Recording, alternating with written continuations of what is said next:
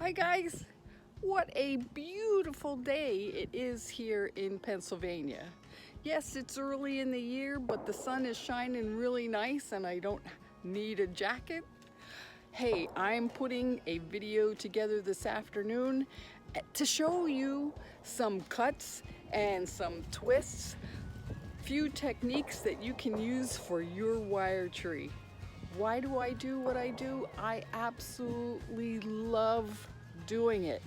And I just want to share some inspiration for all of you beginners, intermediates, and even those experts. We all have different techniques, so let's share them. All right, stay tuned and we'll get started. Digging right in, I created this simple tree using 20 gauge brown copper wire for the roots and the trunk system. Now for the branches. I always make my green loops first, and they're added to a lot of trees that I create. For this particular one, I added the loops to make the branches, and now the leaves.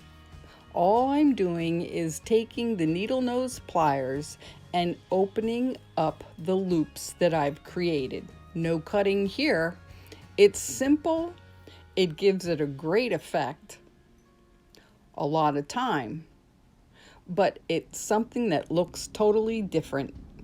Okay, right into the next one. This is a windswept tree using 20 gauge copper wire for the roots and the trunk system, using the same green loop concept that I use for a lot of my trees.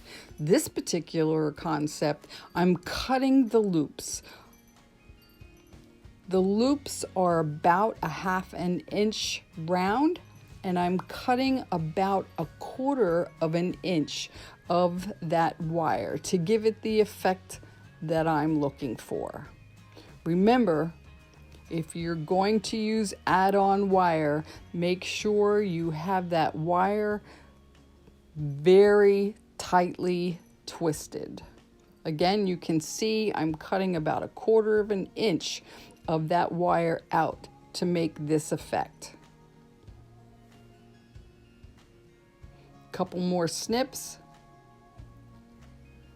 and I'm sure you're getting the idea.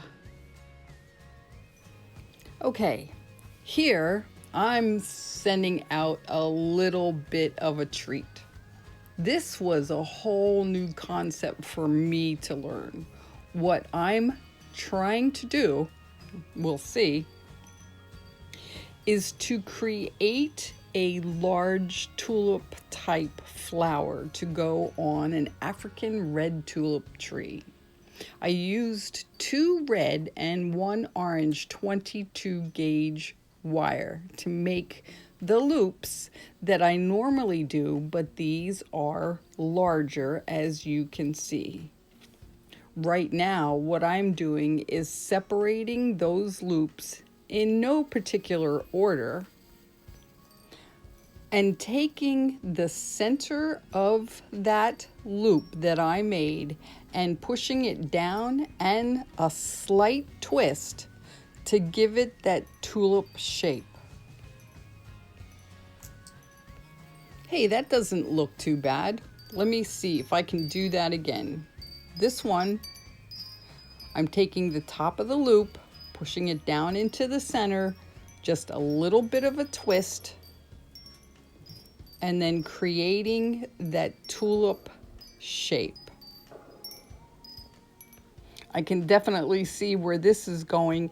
It is going to take time and lots of practice. Okay, I'm still working on that red tulip flower. And if you take notice, once I move my hands up a little bit, you'll see that I'm using those green loops, but before I added it to the tree, I wanted to add it to the flower.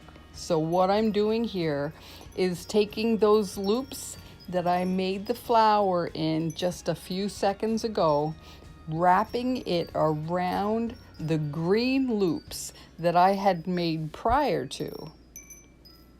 Nice and tight as always, you're probably tired of me saying that, but I'm taking those tulip-like loops that I've created, wrapping it around the green leaves.